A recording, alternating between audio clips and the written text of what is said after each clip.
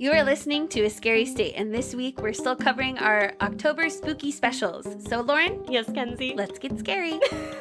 Third time's a charm. One day you'll get this, like, no problem. Today's not that day. So, this week we are covering witches. Witchy Wednesday, y'all. Witchy Wednesday. Shout out to one of our followers, at Alicia Rose Noah. I think that's how you say it. Not sure if I did. But she suggested the Salem witch trials, which then kind of led into this snowball of just doing different stories and ideas about witches. Yes. So I have something for you. You have something for me? Yes. Okay. Close your eyes. Okay. Don't look. Don't peek. Okay. I'm scared. Okay, open your eyes. I got us a witch hat! Oh my god! These are so cute! So choose yours and we can wear it for the episode. Okay. Ooh. They're little headbands that have little witch hats on them. Oh my goodness. Oh, these are all so cute. Oh, I don't know which one I want. I know, it came in a pack of like 9. I want this one. Oh my god, I didn't even see the one in your head. Oh, Wait, turn yours around so you can see the little bow. Okay, well, I know you have a headband. I saw that. We'll have to take a picture when we're done. I also have a surprise for you. Oh my goodness. It's not here yet. But I wanted to tell you and make you suffer and wait. Oh, so sweet. And our listeners to suffer and wait. Because it's a surprise and I'm really excited. Oh, okay. So. Well, whenever it happens, you know I love surprises. Yes. But yes, so now we have our witch hats. Now we're really... We are ready. I'm feeling real witchy. I am too. Super witchy. I asked Joe before we started, I said, do I look like a witch? And he goes, no. And I said, well, I'll add the hat. Well, the shoes that I wear always make me feel very witchy. Ooh, I love it. Because of the way they're like the booty boots. So they have like the laces and they're black. Cute. So I always feel like a little bit of a witch. Cute. Yeah, man. So I told my coworker that I ordered these, and I was like, I hope they're in time. And he got so excited. He was like, oh my god, this is amazing. You're going to like dress up as a witch. I might take one so I could wear it. Oh, wait, it's a teacher work day for Halloween this year. I could wear it the Friday before. Oh, yeah. Yeah. I already have like all of my Halloween shirts prepared for the week before Halloween and then the day of Halloween. Of course I have so many. I have ones that say like, this is Halloween, little skeletons. I got one that says Friends, and it's all like the horror movie monsters. Yeah. I have one that has like skeletons dancing. I am prepared. I have a sweatshirt that says Let's Get Spooky. I mean, that's my favorite holiday. Perfection. All right, so I guess we will jump into our Witchy Wednesday facts. So tell me about them witches. So where did the image of a pointy hat, broomsticks, and black cats come from? Well, it is actually believed that the pointy hat is rooted in anti-Semitism. Oh, good. Right. Hats like this were typically worn by other marginalized groups. Like in 1215, Pope Innocent III of Rome declared that Jewish people were required to identify themselves by wearing a cone-shaped Juden hat. Do you know what that is? Mm-mm. I don't either. We have yarmulkes. Well, yeah, but that's those are not pointy. No.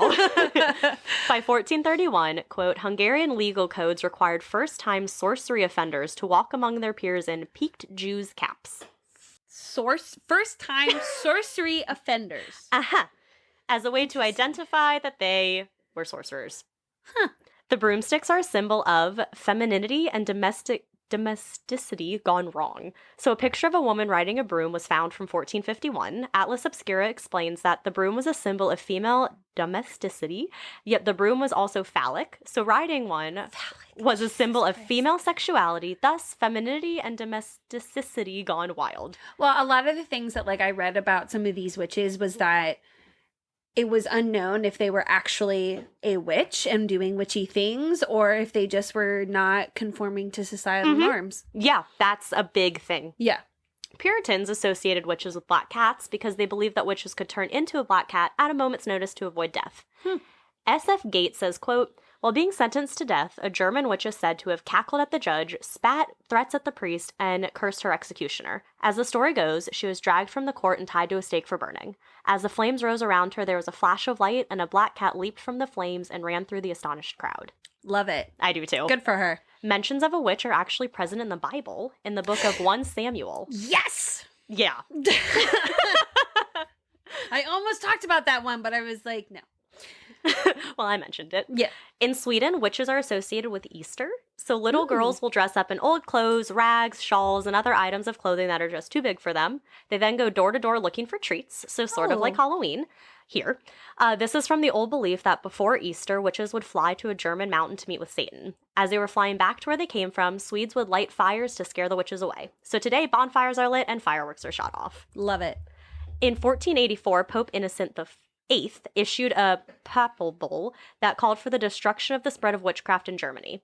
Then, in 1486, 2 Dominican priests wrote the Malleus Maleficarum, which lists ways that one can spot, investigate, and punish a witch. Is this probably what led to the Salem witch trials? It had a hand in it, yes. Yeah. This book was accepted by both Roman Catholics and Protestants.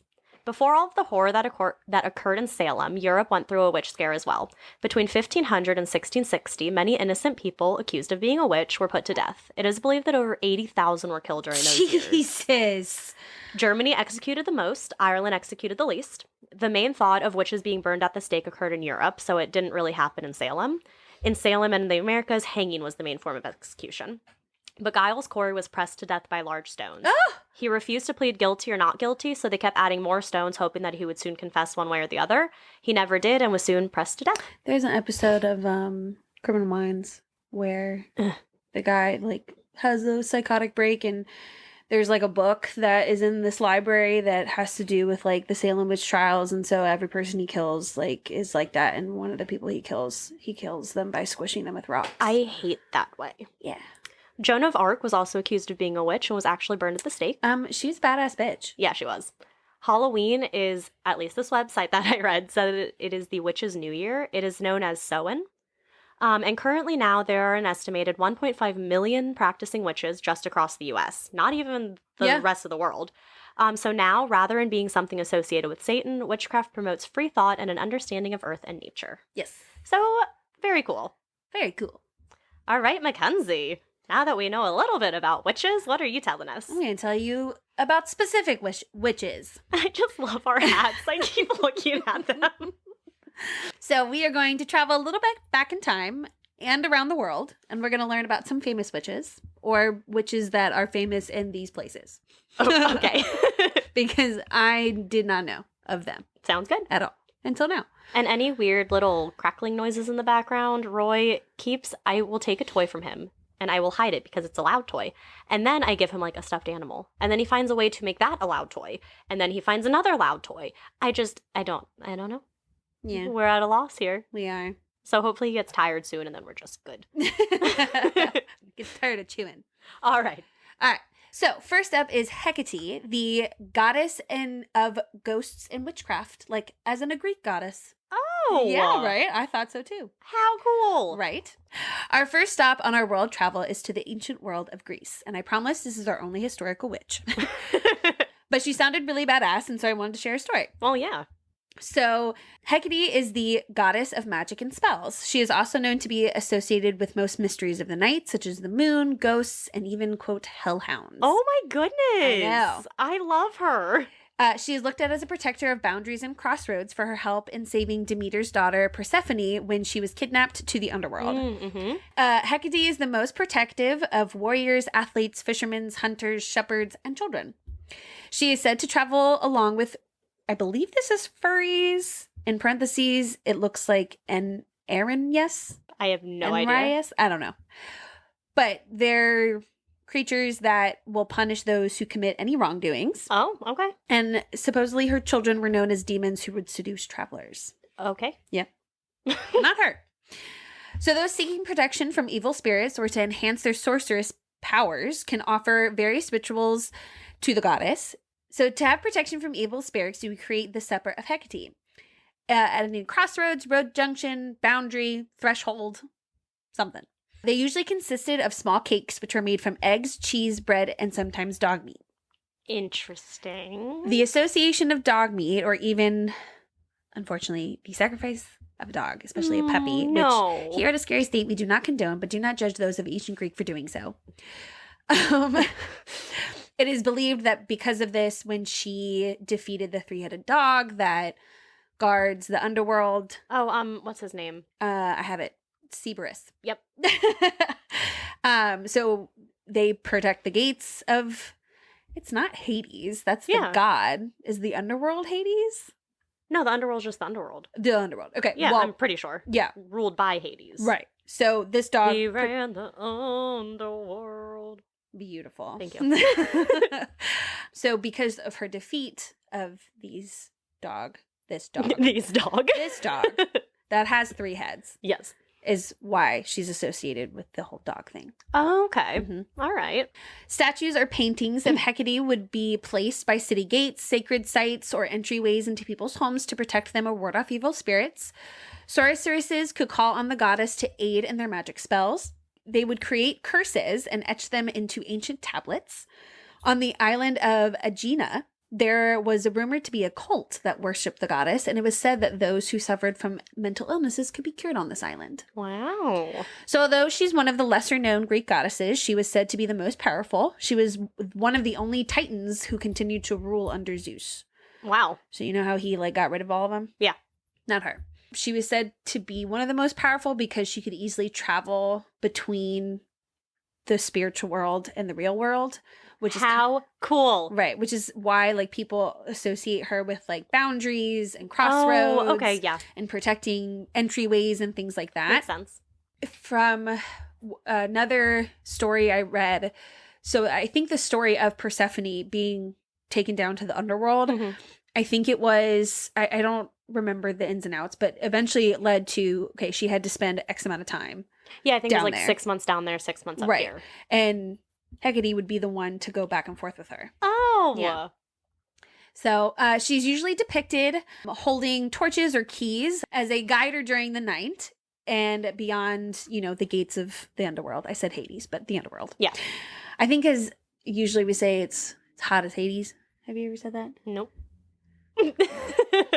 I have heard it. I have never said it. I say it because, I can't say hot as hell.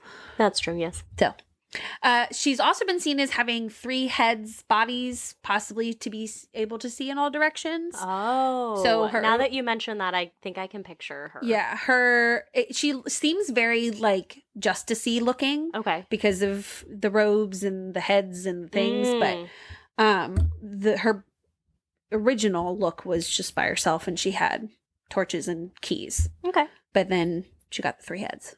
So, yeah, she's our first badass witch on our list. Yeah, that's awesome. Right? I did not know anything about her, so that was really cool. I didn't either. I just typed in urban legends about witches, and there was this video that popped up, and it just covered a bunch of different witches throughout history. And there was a bunch that were Greek, but then she mentioned that this is the Greek goddess of magic and ghosts and literally everything that you ever associate with a witch. I love that. Right?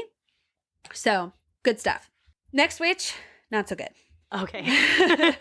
Jenny Greenteeth.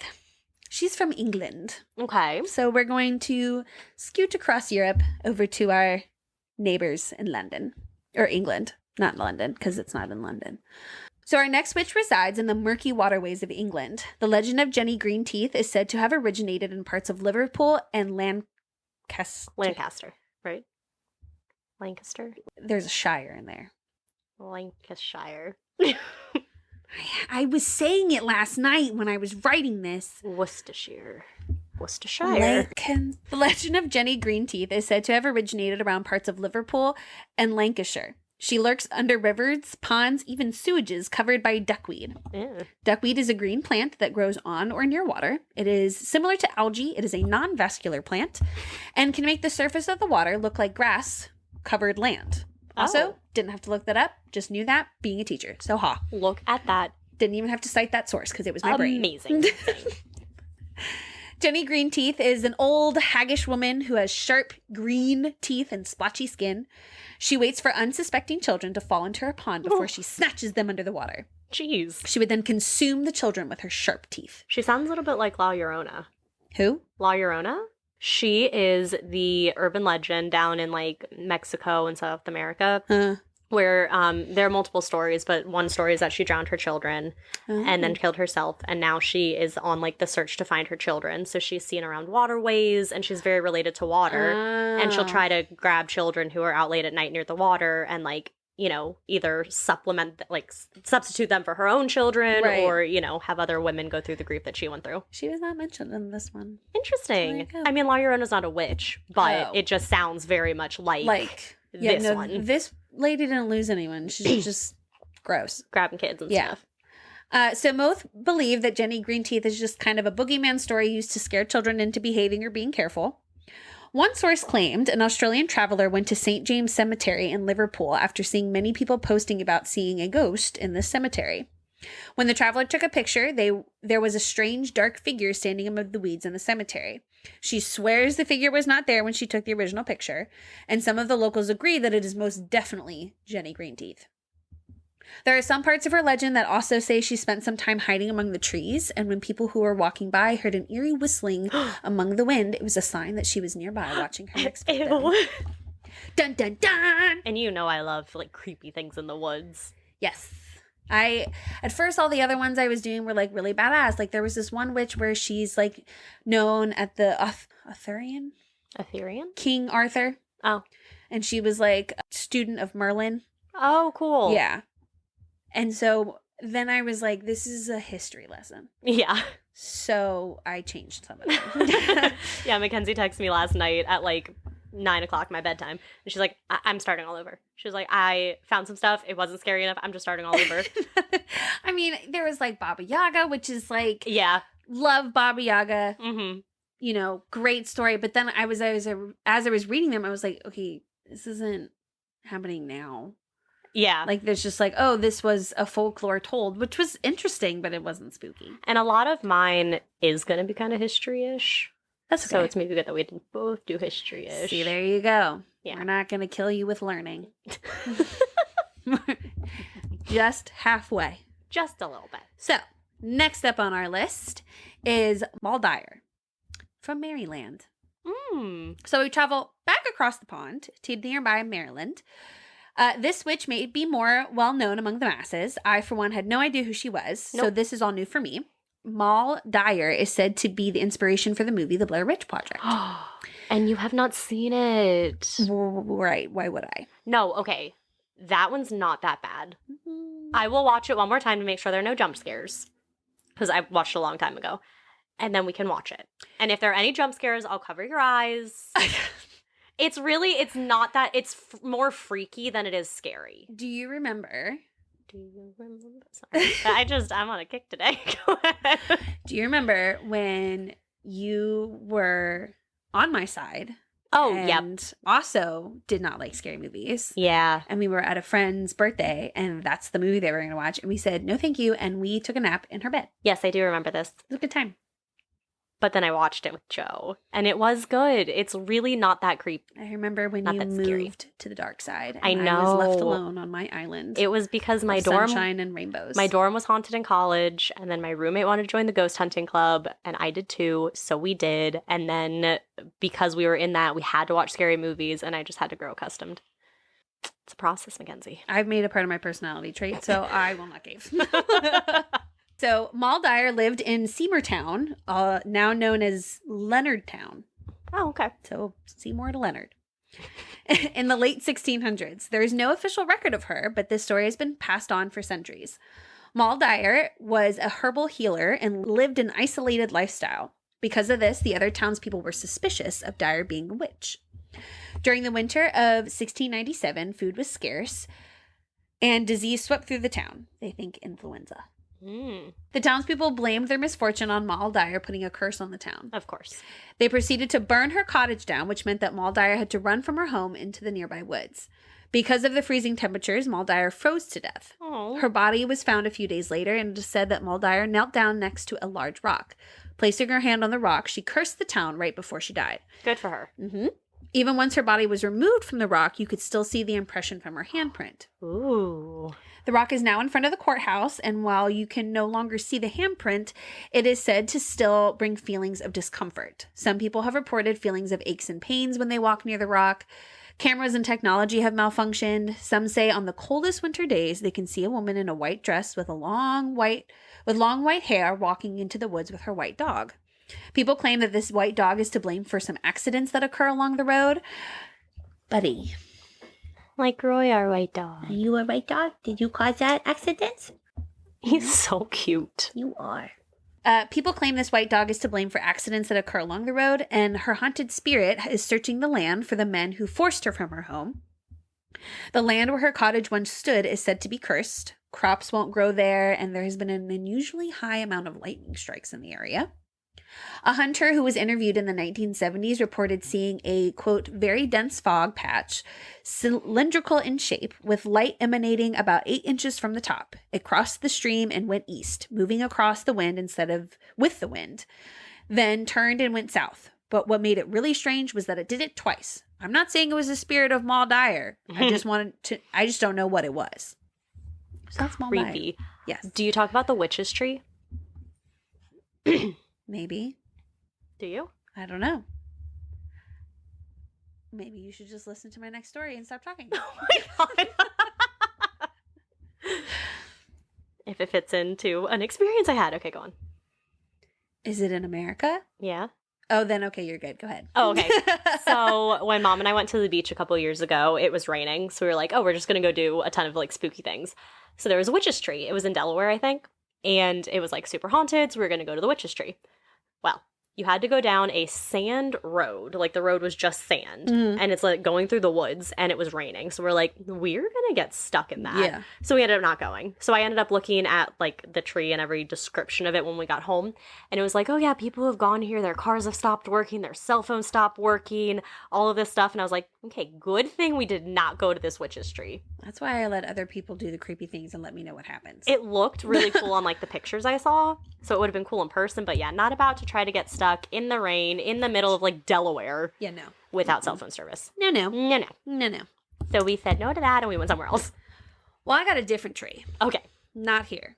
We're going to go back across the globe, literally, to learn of the 3 witches of Auckland, New Zealand. Ooh. Mm-hmm. So in the middle of Auckland, there's a large public park called Auckland Domain. Auckland. It's fun to say. I can tell you like by how many times you've said it in this one sentence. Mm-hmm. It's about 184 acres of fields, and I don't know what that conversion is for not America, so sorry. Yeah, I don't know either. Museums, paths, art, and many gardens. Along Garden Road, there's a spot called Watson's Bequest, and this area contains a small pond. Next to the pond is a sculpture that depicts 3 witches. There is little known about the origin of these witches, and it is unsure if they were actually practicing witchcraft, or like the other witches prosecuted at the time were just 3 women who did not conform to societal norms. Mm-hmm. Nonetheless, these women were legally prosecuted sometime during the 1800s, convicted and hanged from the tree that their statue now sits under. It is said that this area of the park is haunted by these witches, especially at night. That's hard. Witches especially. That's hard. Witches especially. That's hard to say back and forth. There's a lot of that there are. So some have reported hearing a growling or a crackling noise, but when you turn to look, no one is there. You may feel eyes on you or a chill as you walk by the tree, possibly even covered in small cuts or scratches. Another source that I found, which they're called Paranormal New Zealand, so I figure they're probably pretty accurate. Probably. They said that the statue is actually called the Tableau of the 3 Muses, and these statues were actually made to celebrate Auckland's centennial, and each of them have their own symbolism. Oh, that's cool. But regardless, still said that this tree area place haunted, spooky, creepy. So, the Paranormal New Zealand, they posted on their Facebook page asking if people would share their stories and experiences in the park. Oh, and yes. These are their stories. Yes. Dun dun. So glad you got that with me. So the first 2 are more kind of like rumors of what would happen when you would go at night. It's a little unclear if these people actually saw this happen or if they're just retelling what they know from other people. Okay. Numero uno. And I wish I could do a New Zealand accent, but I can't. I remember a guy telling me a story about 3 witches that had been hanged there in the 1800s, and they haunted the area of the domain. When you drove down the lane and turned off the lights, you could see them through the trees. So number 2, when you get there, pull over onto the left and turn your lights off. The 3 witches are right in front of you between 2 trees. They move, shake, and sometimes scream. If you wanted to impress the girls, you had to get out and see who could get the closest. If the guy had been a tryhard all night, you'd drive off and watch them yell and sprint after the car. Good times. So that to me says that person might have done it. Yeah. So the next story is from a girl who went to the park with her mom because her mom wanted to show her the tree from her own experiences. Oh, okay. My mother told me about the 3 witches hanging from a tree near the 3 muses. She discovered it around the age of 14 too. She took me there when I was 14, and that was one freaky night. When we saw a very faint apparition of 3 women hanging from their necks. I remember their feet not touching the ground. Ooh. Mm-hmm. And then this story is from someone who went to see for themselves if the story is true. The strange thing I noticed is the ragged nature of the clothing the women were wearing hanging from the tree. It's an uneasy feeling being down there in the evening. I have gone down in the daytime to investigate the tree I saw the 3 witches hanging from. And then that was it. I don't know what happened during the day. But apparently at night, I saw them. So lastly, this is an account from someone who didn't know of the witches until reading other posts in the Facebook group. And then they realized later on that this must have been an encounter with them. Oh, cool. Yeah. I used to longboard through the domain last year. There was a path that is now closed off from cars that we skated down once. Me and my friend were skating down and he fell off his board. He told me he felt as if someone grabbed him and pushed him off his board. The path was also very cold, even though it was the middle of summer. After that, I felt as if someone was watching us, so we left instantly. Gross. Yeah. One person commented about their disbelief of the area being haunted, saying, quote, "Don't get me wrong, in my line of work as a healer, I'm a believer in many things, but witches have much better things to do with their time than shake and scream at passerbys." Which, like, fair point. I mean, yeah. But, you know, I'm not going to stop believing in them. Maybe they could make an appearance on their downtime. Yeah. So. Or if that's where they die, their souls might be stuck there. Right. So it's not like they could go many other places. You're going to like this one. So our last witch is more of a good witch than a bad witch. And you might even look at her as jolly. Since it is pretty typical for people to go from Halloween to Christmas, I thought I would end my witchy tales with one who has ties to Christmas. Okay. Some of you may be familiar with the story of a dude named Jesus. He isn't the witch I'm talking about, although turning water into wine is definitely witch behavior. Oh, yes. But for those not too familiar with his origin story, there were these 3 wise men that came to see him. Turns out, weren't so wise. Because they had to stop and ask for directions. This is rare, though, men asking for directions. Maybe they were wise. So according to Italian folklore, these men stopped at Buffina's cottage to ask for directions. She was not sure of the way, but offered the men to stay the night in her warm home. When the wise men continued on their journey, they asked if Buffina wanted to join them. She declined their offer as she was too busy with housework, and they went on their way. Later on, she regretted her decision and decided she wanted to meet Jesus. She was unable to find him and give him her gifts that she had made, so instead she goes around and visits all the children in Italy, either still looking for Jesus or just out of the goodness of her heart, giving her presents to these kids, depending on the source. So while Saint Nick is still the favored Christmas character, in Italy children will hang stockings and leave treats for Buffina on the night of January 5th, which with presents being open on January 6th. This is also known as the Epiphany, which is when the wise men got to Jesus on the 12th day of Christmas. Oh. Yep. Didn't know that either. No. So her treats are slightly different than the milk and cookies that we're used to. A glass of wine and a panettone or panandoro. It's like a Christmas fruitcake. Oh. It's Italian. I'm not sure how to pronounce it, so I'm sorry. Are left for La Buffina. Similarly to Santa, she will leave toys for children who have been good and coal, or kind of like this black candy of sorts, for children who are bad. The town of Urbania, which is thought to be her home, holds a festival each year to honor La Buffina. Thousands of people go to the festival to celebrate the generous witch. Oh, cool. So I wouldn't mind having wine left out for me. Right. That's what I was like. She's got the hookup. I'm sure after all the traveling, Santa would rather have a nice glass of wine. A nice glass of wine. Then another glass of milk. Then another, yeah. But yeah, I thought that was fun. You know, she is a fun story to kind of close up for Christmas, because that's what people do after Halloween. It's just Christmas. Oh, yeah. My one coworker is trying to start singing Christmas songs, and I said, "Sir, we have to do Halloween first." I said, "This is my favorite holiday. If we skip it, I will be upset." And here's the thing. I'm all for canceling Thanksgiving. I get the problematicness behind it, especially this year because my birthday's on Thanksgiving. So let's just forget about Thanksgiving. And we can make it that my celebration uses the same food, because that's really the only thing I like about Thanksgiving is the food. Absolutely. So instead of making it Thanksgiving, we could just make it like food day. Okay. you know. Happy Food Day. Happy Food Day. The Food Day Parade. The nope, Food it would Day still be the Parade. Macy's Day Parade. Yeah, Macy's Food Day Parade. There we go. And every so often, when my birthday falls on it, it then becomes Mackenzie's Food Day. Okay. So Only fair. that way, people stop getting all butthurt about people going from Halloween to Christmas and forgetting that there's a holiday in between. Oh, see, I'm fine with that. I told my coworker, I was like, literally, November 1st, all the Christmas songs you want to sing. My only problem, one being Jewish, two being I also associated Thanksgiving with my birthday, and I felt people were skipping my birthday, and you know how important it is. Oh, I know. That is my birthday. I know. So we at least need to acknowledge that that happens before Christmas. Oh, absolutely. So I told Joe, I was like, all right, November 1st, we decorate for Christmas. He goes, no.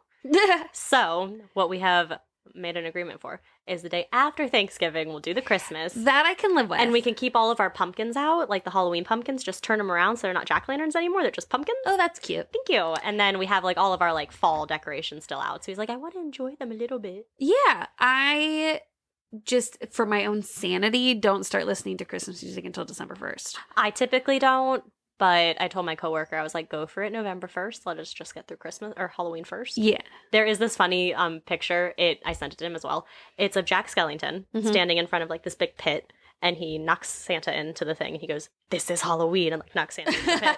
And so I sent it to him. I said, this is what you need to live by until November 1st. I think it's just Halloween's fun because I can participate versus Christmas is like, I like the lights. They're pretty Yes. and the essence and atmosphere, but I feel a little left out because it's not my holiday. Don't you do it with your dad though? Yeah, but I participate. I don't celebrate. Okay. So it's kind of like I'm watching all these other people have fun for this holiday they love. And I'm like, Kenzie. that's great, but I can't relate. Yeah. Joe and I had COVID last Christmas, so Yeah. I was very sad. I don't even get that excited for Hanukkah Hanukkah. Do you Don't- celebrate Hanukkah? with my mom. Oh. But the only reason that we get presents is because, like, in the 1950s, apparently a lot of Jewish kids felt left out around Christmas time. It's not one, like, that's cute. Hanukkah's not one of the high holidays. Like, Yeah. it's very, but it's the one that everybody. Sorry, I tried to swallow and breathe at the same time. Doesn't work very well. It's the one that everybody knows, Yeah. which is fair. Yeah. It's, a time of lights, It is a time of and light. that is a very lit holiday. And then everything gets really sad on January 1st. And that's the other thing, too, that I think, like, I was like, can we just, until, like, March, let's just leave the Christmas lights up? Right, until the sun comes out more. Right. Like, it doesn't even have to be, like, Christmas trees type thing. Just, like, fairy lights on everybody's houses. Right. So that it's not so fucking depressing. And, like, you can keep the lights on the trees in, like, shopping centers and stuff. Right. Yeah. Right. No, I feel the same way. And I'm just like, that's kind of looming in the back of my mind that once this bright, happy holiday Right. is over, it is depressing for the next 2.5 months. It is. And my seasonal depression is like, now it's time to be sad, bitch. We held out for this long. Now be sad. Ding. Yes. So I think as a society, we should just collectively agree, take off the Christmas decorations. Yeah, and just leave But up the leave light. the lights so that Leave when the it's dark at happiness. 5 o'clock, we Right. can fucking see and not be depressed. I stand behind it. Thank you. You're welcome. So, anyway, tell me about your witches. So for Witchy Wednesday, I decided to cover a few stories. The first one is for the person who recommended we cover the Salem Witch Trials, so I want to do Salem Witch Trials. And the next is just for Witchy Wednesday in general. So I'm going to cover the first person accused of being a witch and the last person accused of being a witch. And just Full circle. Full circle. All right, so just to give a brief statement. Yes, I know there was a lot about the witch trials, the feel of Salem at the time, just a lot of information covering everything. I will not be able to touch on everything, and I will not be able to include everything because there is just so much information about Salem and these witch trials and everything that happened in Europe that if I were to talk about absolutely everything, it would be a new podcast. And nobody wants to hear it all anyway. Right. They just want to hear the good stuff. So I did think, though, that if I did have a podcast about the Salem witch trials, it could be either called Witches by the Weeks or Weeks of Witches. Thank you. But yeah, so there will be things that I just leave out or don't touch on because there's just not enough time. That's fine. Okay. Doubt that too many people are going to know what you end up leaving out. Yes. There's probably a small handful of people that know everything. Yes. So When I was looking into cases or stories for this topic, I found a trio of women who were the first accused of being witches, the first woman who confessed that she was a witch, and another woman who was the first to be executed for being a witch. Oh. Then I found someone who was the most recent, hopefully last person, accused under the Witchcraft Act of 1735. When was she? Oh, you'll see. So now let's start with this first trio of women being accused of witchcraft. So, of course, we go to Salem, Massachusetts. I am feeling really guilty ignoring him right now. I hope you know that. Like, I feel like... He has gotten so spoiled. But look at those. I know. Bubba, you need to stop big. It's also 6 minutes past his, dinner time. We feed him at 6. But he's going to have to wait a little bit. Yes, there is still goldfish. And no, I cannot give you any more. You can huff at me all you want. You can make him do a trick if you need to give him one. Okay. Make him sit. Sit. Good boy. I'm trying to make severe eye contact with you so I don't look at him. I can feel him staring at me. And if you look, he's just looking just above the I table. know. Oh, he's so freaking cute. Okay. So, of course, we're in Salem, Massachusetts. The year is 1692. I'm sure everyone listening knows exactly what these trials were. So, this is a time in American history where there were investigations and persecutions of women and men who were in the town believed to be witches. This is where the story, The Crucible, Yeah, comes from. Exactly. So between June of 1692 and May of 1693, 4 accused people had died in prison, 1 had been pressed to death, and 19 had been hanged, and many others were imprisoned on the speculation of them being witches. These weren't the only witch trials, though. So like I mentioned earlier, it all originated in Europe, then made its way over here. Those witch hunts and trials were also awful. So all in all, it's believed that, over 110,000 people were tried for witchcraft. Oh my God. And between 40,000 to 80,000 were ultimately executed. That number could have been even higher. A large number of that comes from the executions that took place in Europe.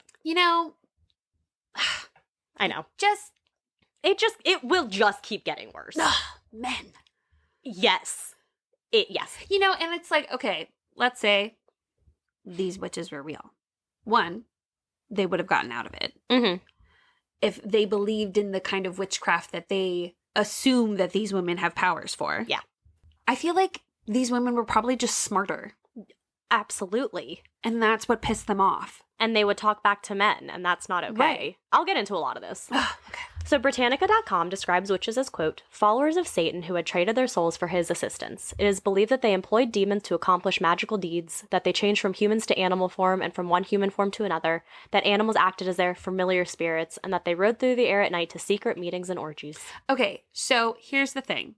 While, yes, I understand that was looked at as a no-no, all of that sounds like a great time to me. I know. Like, if that means that I gotta be pals with Satan, so far, from all the stories I've heard of him, he sounds a whole heck of a lot more fun.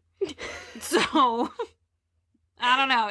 They're not making a great argument for it. He does have a lot less rules. He does have a lot less rules, and he seems more welcoming. Yeah.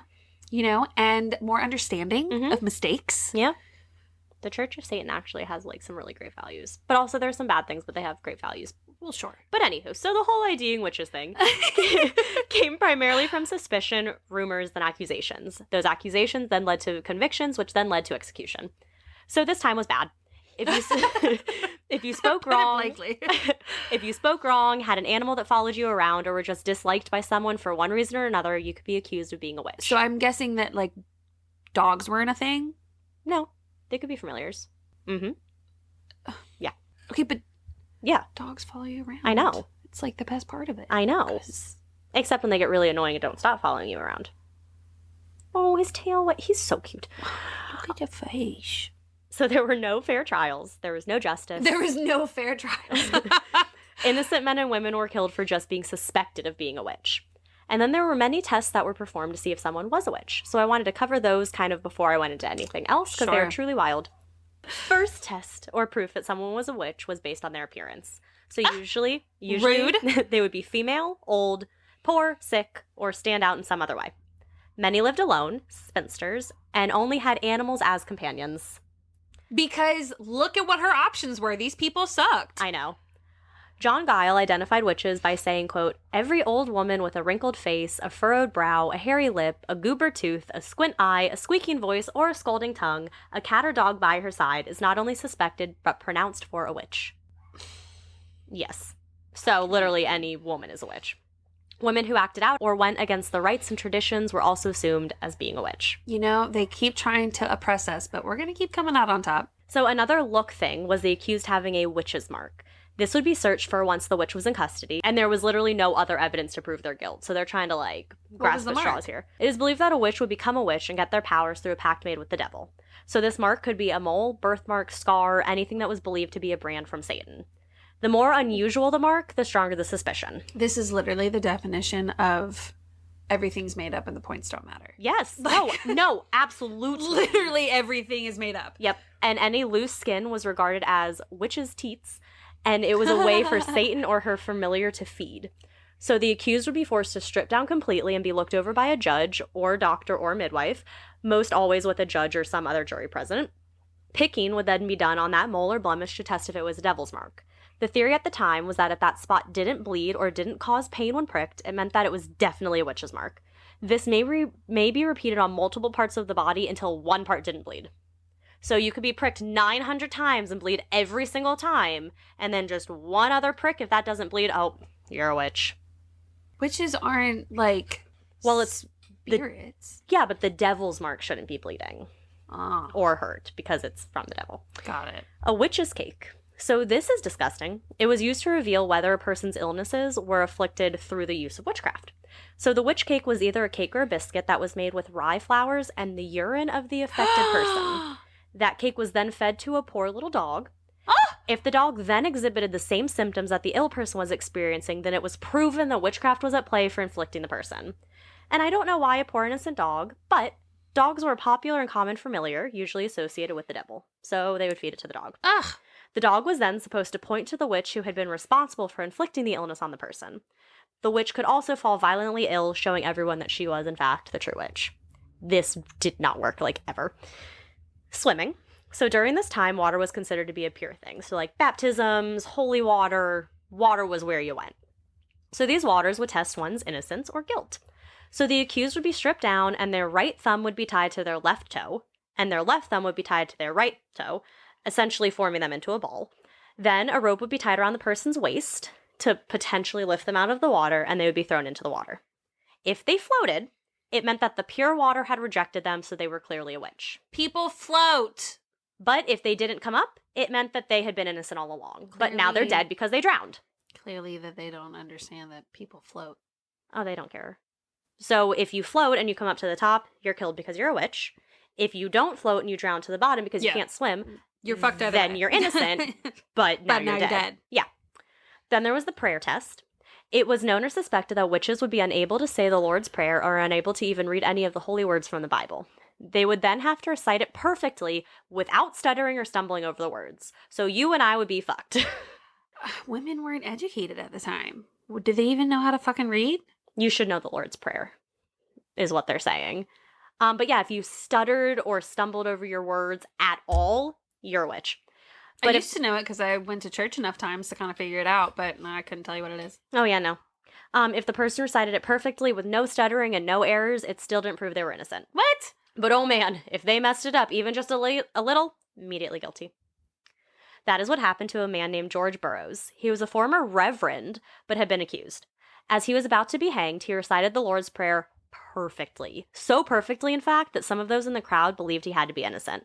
However, that didn't matter to the officials, and Burroughs was still executed. Then there was the touch test. So this one was simple. Someone is suddenly struck with an illness, seemingly out of nowhere. Obviously, the poor hygiene, food, and just general way of life had nothing to do with a person falling ill. No, never. The suspected witch would then be forced to touch the person. If that person got better, then that person was a witch. So if the ill person got better, the person touched them was a witch. Because just their touch could lift the curse that they had originally put on the person. Obviously. That's stupid. Yes. So these are just a few of the tests used to test a witch. And in all of these situations, it was pretty much a lose-lose for the accused. Oh, if for you sure. failed the test... that rhymed. If you failed the test, you're a witch. If you passed, you could still be a witch. You were just going to perform another test until One you fail automatically meant witch. One pass literally meant nothing. Yeah. And yeah, you would just keep going until you failed. Mm-hmm. Now that we're able to kind of set the scene a little, that leads us to our first woman accused of being a witch. Or our first women accused of being witches. So Samuel Parrish, the patriarch of his family, was a minister of the small community of Salem Village. He is a I'm pretty sure that's the Crucible. Yeah, a lot of it's based off of this. Yeah. Tituba, a slave working for the Paris family, was responsible for watching over the Parish's family, working in the house, doing all those kinds of things. When she was forced to watch the children of the family, she would often tell them different tales. It was often reported that these tales were of voodoo and the like. In 1691, these stories were being told to Paris's daughter, Betty, who was 9, his niece Abigail Williams, who was 11, and their friend Ann Putnam Jr., who was 12. Again, oh my God, I'm like taken back. I know. These are all very common names. American lit class. Popular names. So the 3 girls seemed to enjoy these stories and soon enough began indulging in fortune-telling, which obviously was a no-no. Sure. Then, just a few months later, in January of 1962, Betty, Paris's daughter, and Abigail, his niece, began displaying strange behavior to include fits. The girls would scream, throw things, make strange sounds and noises, contort their bodies, and complain of biting and pinching sensations. The girls were brought to a doctor, but no explanation for what was happening was able to come forward, so the doctor, William Griggs, immediately blamed the supernatural. You know, Of course. I can't figure out what it is, it's supernatural. A neighbor, Mary Sibley, ended up suggesting that Tituba bake a witch cake, like what I talked about. So Tituba baked up the cake, fed it to the dog, and nothing was revealed. The dog didn't act weird, no one else started to act ill, so Reverend Paris denounced the use of this type of magic, saying that they were going to the devil for help against the devil, so it's not good. Mary Sibley, the one who suggested the cake, was suspended from communion for making the suggestion, but soon after, her good standing was renewed, but then her name kind of just disappeared from all further recordings of things related to the trial. Now that the witch cake didn't help with anything, on February 29th, 1691, the girls, Abigail and Betty, ended up being able to name those who they believed to be witches, after being pressured by their father, of course, and they named Tituba, Sarah Good, and Sarah Osborne. The 3 women were served warrants for their arrest and became the first accused witches of the Salem witch trials. Were these the women that worked in the house? Only one of them. Oh. So a little about the women. It is believed that Tituba was originally from the Caribbean or Barbados, and that she had been taken forcibly from her tribe and sold into slavery in Barbados. Ugh. It is believed that while being first forced to work as a slave in Barbados, she ended up learning about witchcraft and different occult practices. When the owner of the plantation she worked on died, she was immediately inherited, yes, inherited, by Samuel Paris and started to work as a slave for their family. God. And that is when she was brought to Massachusetts. She has a reputation as being well-versed in all that is occult and having knowledge of different occult practices. Many believe that it was her occult knowledge that may have led the girls to accuse her.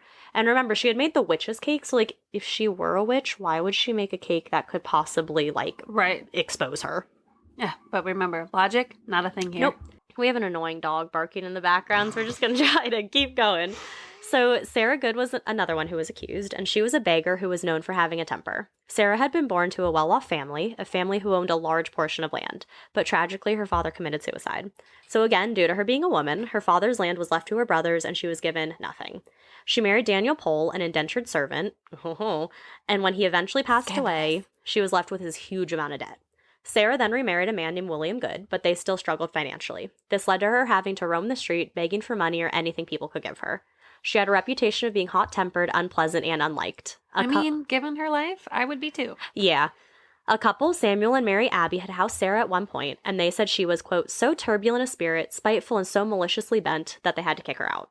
Her husband even said that she was, quote, an enemy to all good. It is believed that her reputation as a beggar led her to being accused. She was an easy target, she wasn't well liked, she was poor, and was constantly getting in trouble with the law, so clearly all traits of a witch. She had also been accused of killing cows years prior, and the girls who accused her stated that while she was tormenting them, she had a yellow bird with her familiar. Her husband, William Good, even claimed that he himself feared his wife was a witch due to her bad carriage to him, which I believe just means marriage. Right. So because of their poor marriage, she had to be a witch. It couldn't be his fault at all. No. It had to be hers. God forbid. He didn't like her demeanor, and he didn't like how she didn't meet his expectations for a wife. Oh, Jesus. When accused of witchcraft, she was actually pregnant. Yes. So she was just a bit hormonal. Yeah, oh my God, maybe. I didn't think of that. Then the last one who was accused was Sarah Osborne. She was an elderly woman known as the Wealthy Widow.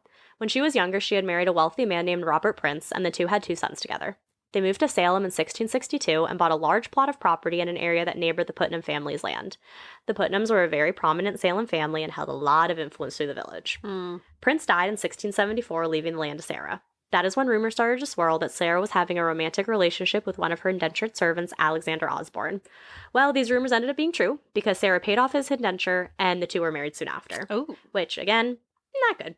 The sons soon grew up, and because she was a lady, they were to inherit the land that their father had left to Sarah. So she got to have it until they turned 18. When they turned 18, it would be theirs. Well, this started a fierce legal battle, and the Putnams ended up siding with the sons. Of course they did. Could also be because they were the executor of Prince's will, so who were they going to side with? This continued on until Sarah soon was accused of witchcraft. It is believed that her accusation had a lot to do with her battling the Putnams. Also, she had a relationship outside of marriage, which in the Puritan community was seen as a sin. So these three women had very little in common with each other, but one main thing they did have in common was that none of them attended church regularly, none of them had a high status in the village, and each had some connection to the Putnams. So interesting. Common denominator. One, I think it was Sarah Good. She said that the reason she didn't go to church was because she didn't have any outfits classy enough. Yeah. On March 1st, John Hawthorne and Jonathan Corwin, two of the magistrates from Salem Town, went out into the village to conduct an inquiry based on the girls' accusations. Good and Osborne both protested the accusations made against them, saying that they were innocent. Osborne just talked about her innocence, while Good actually accused Osborne of being a witch. Don't go against other women. I know! So Tituba, on the other hand, started off by saying she was innocent, that she had done nothing wrong. She denied ever harming the girls, but the magistrates never believed the women when they said they were innocent. Of course. They kept badgering and bothering Tituba, that eventually, probably after being so worn down, she said what she knew they wanted to hear. She admitted that the devil had indeed visited her and that she had made a deal with him. Over 3 exhausting days on trial, she spoke about how the devil had coerced her into harming the girls, about her encounters with Satan's animal familiars, her encounters with the devil, and about her practices of witchcraft. She also spoke of her meetings with a tall, dark man from Boston. This man had called upon Tituba to sign the devil's book. She said inside of the book she saw Good and Osborne's names, along with 7 other names, though she was unable to read them. Damn. She even mentioned how she had practiced her witchcraft alongside Good and Osborne. Oh. So, of course, the magistrates took this as a confession that Tituba was indeed a witch. So that Yes. they'll believe what she says. But everything else was untrue before. Mm-hmm. Yep. And to them, this also meant that there were more witches in the community. Who were those other 7 names in the book? Well, this sent hysteria through the community. Oh, jeez. Now, even more women and young girls were experiencing what the Paris girls had experienced, those fits and unsettling behavior. Most of them were from the Putnam family, the friend who was one of the friends of the girls. Like Ann Putnam's mom, her cousin, and their servant were all experiencing this behavior. This was when more and more women and even men were being accused of being witches. But what did all these individuals have in common? They were not very liked by the Putnams. They ended up becoming the accusers in more than a dozen witchcraft cases. Sarah Osborne died in prison on May 10th, making her death the first death in the Salem witch trials. But due to her early death, she was never formally convicted of witchcraft. So she was in jail for suspicions of witchcraft. She was never convicted, but she was the first one to die in prison. Got it. On May 27th, 1692, after weeks of informal hearings and imprisonment, a true real-life trial was to take place. The court consisted of 7 judges, all presided over by William Stroughton, the colony's lieutenant governor. Oh, yeah. At the time, they're not America yet. Yeah. So those who were accused had the chance to defend themselves, but without aid or counsel. They didn't get that. No, of course not. But the courts did allow this thing called spectral evidence.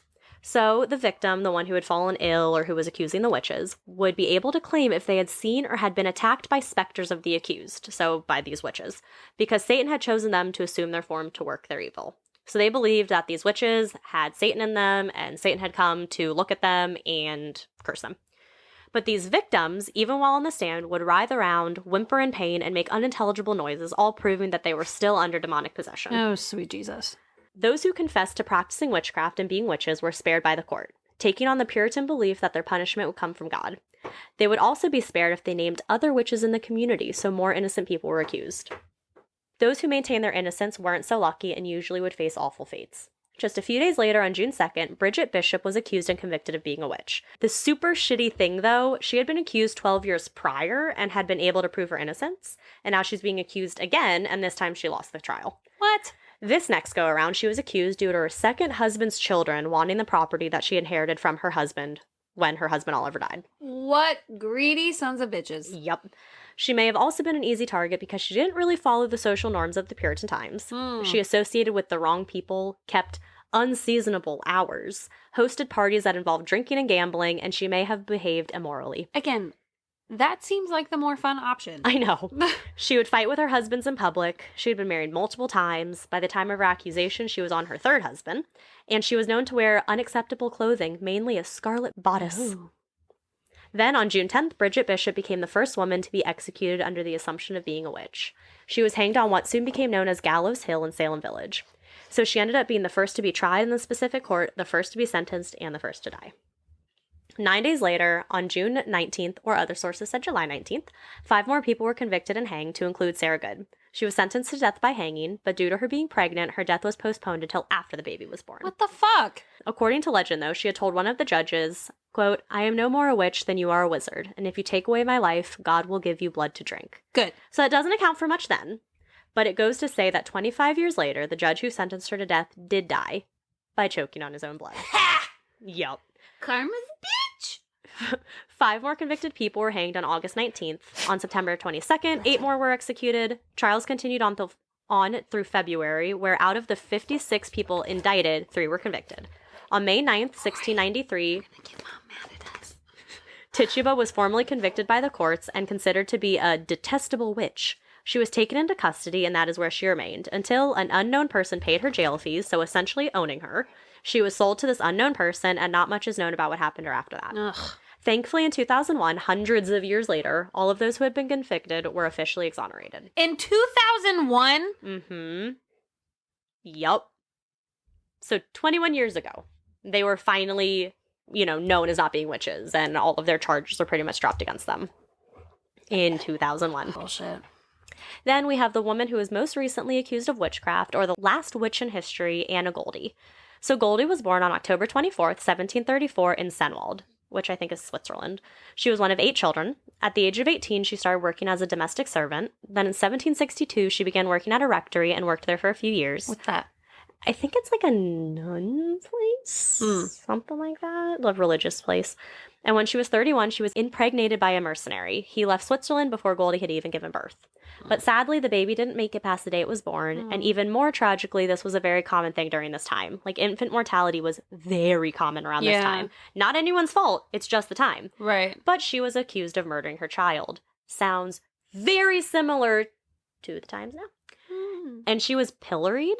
This is the head and shackle thing where the head's there and the arms are there. And the wooden thing. She was then sentenced to 6 years of house arrest for this assumption of murder. She was able to... I would love to be on house arrest. We were quarantined and no one liked that. True. You wouldn't be able to leave your house. I don't ever. leave my house anyway. Okay, you're right. Being forced not to leave my house, not fun. Having the option to not leave my house, so much better. To not leave. Because when you, can't leave, you're like, damn, I just want to be outside. And when you're able to leave, you're like, God, there's nothing more I want than to stay home. Human nature, we want what we can't have. Exactly, yeah. So, that's a good point. All yeah. right. This whole quarantine showed people can't stay at home. No. So she was able to escape from this house arrest and took up work with another family in Mollis, where she worked for 7 to 8 years. She then had a son with her employer, Johann Melchior Zwicky, who she was not married to. Again, not good. Then in 1780, she started working as a maid for another family, but she was soon being accused of having supernatural powers. Her employer, Jacob Teshuti, reported that using her magic, she had put needles in the bread and milk that she was serving his daughters. This report ended up putting a reward over Goldie's head for her capture, and on February 9th, 1782, she was arrested and tortured. While being tortured, she admitted that she had entered a pact with the devil, who had shown himself to her as a black dog. When the torture ended, she rescinded her confession. So obviously, because she was no longer being tortured, people say anything in distress and to get it to stop. But that didn't matter. She had confessed to working with the devil. No amount of take-backs mattered. But she was But she was ultimately convicted of poisoning rather than witchcraft, and she was sentenced to death by decapitation. But at the time, non-lethal poisoning did not carry the death penalty, so it was sort of easy to see that they were more concerned with her potentially being a witch, so they resorted to death, kind of guising it under the poisoning thing. Yeah. She ended up being decapitated in Glora, Switzerland, and was called, quote, the last witch in Switzerland. Switzerland. So I mentioned how there were a lot of witch trials occurring in Europe as well as in the Americas. Goldie was the last person to be executed for witchcraft in Europe during the witch craze on June 13th, 1782. On September 20th, 2007, the Swiss parliament acknowledged that her case had been a miscarriage of justice, and she was exonerated on August 17th, 2008, on the ground that she had been subjected to an illegal trial. And then I found one more woman. Oh, no. Recently, way more recently, who had been accused of being a witch. So I, typed in one more time, most recently accused witch, and this is who came up. So Jane Rebecca York, she was born in England on January 27th, 1872. Nothing is known about her early life. She was a practicing medium in East London. In 1944, she was arrested for claims that she had been defrauding the public by exploiting wartime fears. She would also perform seances, which undercover police officers would attend. They would ask her about family members that didn't exist, trying to test her powers. York would talk about these fake family members in depth. She always claimed that the information came to her through her spirit guide. Her spirit guide was apparently a Zulu from the Zulu tribe in southern Africa.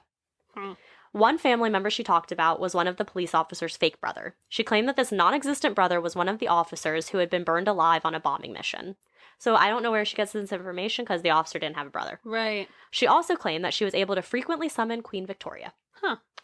She once met with a woman who was hysterical after seeing the spirit of her dead brother. Instead of comforting the woman, York told her that her husband might also be killed. She made predictions, one of them being that the Second World War would end in October 1944. It actually ended in September 1945. She was arrested again in July 1944, and her trial was held at London's Central Criminal Court. She was found guilty on 7 accounts against the Witchcraft Act of 1735. So this act was slightly confusing to me. So the act, quote, made it a crime for a person to claim that any human being had magical powers or was guilty of practicing witchcraft. With this, the law abolished the hunting and executions of witches in Great Britain, end quote. So I took this as you can get in trouble for accusing someone of being a witch, but it seemed to target mediums more often. So in this case... I mean, if she was a fraud, she was a fraud. Yeah. But they would kind of do it to get mediums. Like, I guess because those mediums were saying that... I don't know. This act does not make sense. So in this case, and in the previous case involving a woman named Helen Duncan, they were all focused on the fact that they were mediums. And I was going to cover Helen Duncan until I found Goldie and now York. But somehow, this law also stated that there were no real witches, and anyone claiming to be a witch was just a cheater trying to extort money from gullible people. Also, this new law meant that witchcraft was no longer to be considered a criminal act, but rather an offense against the country's newly enlightened state. Oh, Jesus. So it was something about claiming there's no witches, so you shouldn't be claiming that you are a witch. For your tricks. So I think that's what it is. It made it a crime to claim that someone had magical powers, so you're claiming that you have magical powers. Is it just claiming you have it or making a profit from it? Nope. Crime for a person to claim that any human being had magical powers or were practicing witchcraft. So a medium is claiming that they themselves have magical powers, so they are technically committing the crime of accusing someone of having powers. Though it's themselves. Bullshit. Yep. So due to her elderly age of 72 at the time of her sentencing, she did receive a lighter sentence for her crimes. She was fined £5, which would be equivalent to about $16 today. She was also placed on good behavior for 3 years, where she had to promise to not perform or hold any more seances during that time. The director of public prosecutions decided that this act was still useful and should still be used when dealing with mediums. This act was still used as more of a threat than anything else for the next 5 years, but York was the last person to ever be actually convicted under the act. So, the last person to be accused of witchcraft. York ended up dying in 1953. So that was only 51 years ago. Yeah. That was super recent. So overall... I'm sorry. 51 years ago. No. Wow. 53? 71 years ago. Yeah. Right? Why is math not working today? I don't know. 71 years ago, right? 2000. So. No, it's not. I mean, I don't know, but I know it's more than 50. I need to do this math. I don't want to sound What stupid. year was it? 1953. 63, 73, 83, 93, 2003, 2013. 70 years. 69. Technically. I don't know. Yeah, I don't know. So overall, the first witches... I may not be good at math, but I know that ain't right. Yeah. When I said it, I was like, yeah. And then I thought about it. I was like, wait. And then You were your face. so I was like, that's confident. wrong. I don't know. So overall, the first witches who were accused of witchcraft in Salem now have plaques in their memory that you can visit. A memorial for Goldie was unveiled in 2014. The memorial is 2 permanently lit lamps on the side of the Glarus courthouse. It is intended to draw attention to violations of human rights that are still present today. The plaque says, "This memorial is an expression of atonement for the injustice that took place here. It'll be an eternal light for Annie Goldie." Which is cute. It is. So most, if not all, of those accused of witchcraft have been exonerated and their names have been cleared of any charges, as a way to let those accused finally be free from those titles. Good. And when I went to visit Salem, they do have this little yard area where they're like seats, but not technically seats. They're like little things that come out of the wall, and it names all of the people who have been executed during the trials. Okay. Yeah. We're getting there with being better human beings. Are we? Have a long way to go. We have a really long way to go. We're better than where we were, but we still have a lot of room for improvement. Yes, we do. So we need to keep improving. Mm-hmm. Like a lot. Yeah, like a lot. So that was our Witchy Wednesday. That was very fun. It was fun. Thank you to the person who suggested Salem. I hope that I gave you some happiness of listening to Salem. Yes. Not happiness, interest of Interest. listening to Salem. So yeah. So I think that's all we have for you. That is all we have. So until next week, stay scary. Stay safe.